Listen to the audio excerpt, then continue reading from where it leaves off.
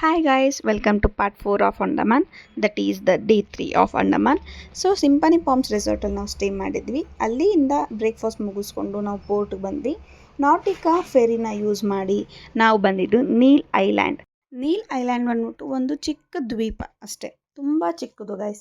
ಅಲ್ಲಿ ನಾವು CS empire ಅನ್ನೋ ಹೋಟೆಲ್ಗೆ ಬಂದ್ವಿ. ಸೊ ಅಲ್ಲಿ ನಾವು ಚೆಕ್ ಇನ್ ಮಾಡಿಕೊಂಡು ರೂಮ್. ಅವತ್ತು ನಮ್ಮದು ವಾಟರ್ ಸ್ಪೋರ್ಟ್ಸ್ ಆ್ಯಕ್ಟಿವಿಟೀಸ್ ಆಗಿತ್ತು ಆ ಡೇ ಪೂರ್ತಿ ಆಲ್ಮೋಸ್ಟ್. ಸೊ ಅದಕ್ಕೆ ನಾವು ಫಸ್ಟ್ ಬಾಟಮ್ ಗ್ಲಾಸ್ ರೈಡ್ ಮಾಡಿದ್ವಿ. ಅದು ಯಾಕೆ ತುಂಬ ಚೆನ್ನಾಗಿತ್ತು ಅಂತಂದರೆ ಗೈಸ್, ಫಿಶಸ್ ಎಲ್ಲ ತುಂಬ ಮೇಲೆ ಬರುತ್ತೆ. ಸೊ ಚೆನ್ನಾಗಿ ವ್ಯೂ ಮಾಡ್ಬೋದು. ಅಲ್ಲಿ ಕೂರಲ್ಸ್ ಎಲ್ಲ ಇರುತ್ತೆ, ಅದನ್ನು ಚೆನ್ನಾಗಿ ವ್ಯೂ ಮಾಡ್ಬೋದು.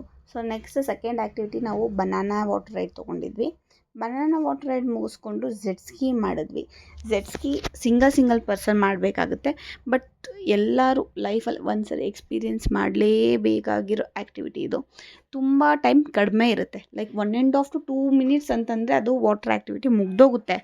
ಬಟ್ ಆ ಎಕ್ಸ್ಪೀರಿಯೆನ್ಸ್ ಇದೆಯಲ್ಲ ಗೈಸ್, ಲೈಫ್ ಟೈಮ್ ಮರೆಯೋಕ್ಕಾಗಲ್ಲ.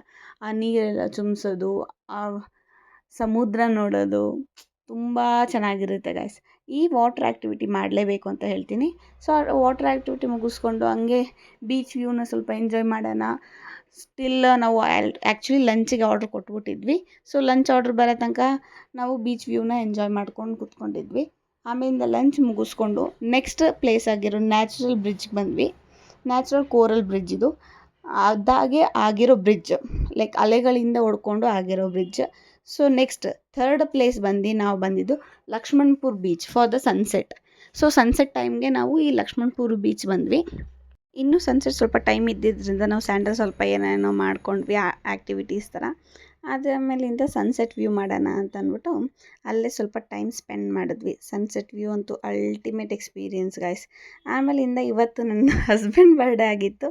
ಸೊ ನನ್ನ ಹಸ್ಬೆಂಡ್ ಬರ್ಡೇಗೆ ರೆಡಿ ಆಗಿಬಿಟ್ಟು ಡಿನ್ನರ್ಗಂತ ಹೊರಟ್ವಿ. ಸೊ ನಮ್ಮದು ಡಿನ್ನರ್ ಮುಗೀತು. ಡೇ 3 ಆಫ್ ಅಂಡಮಾನ್ ಮುಗೀತು. ಡೇ 4ಗೋಸ್ಕರ ಫಾಲೋ ಮಾಡಿ.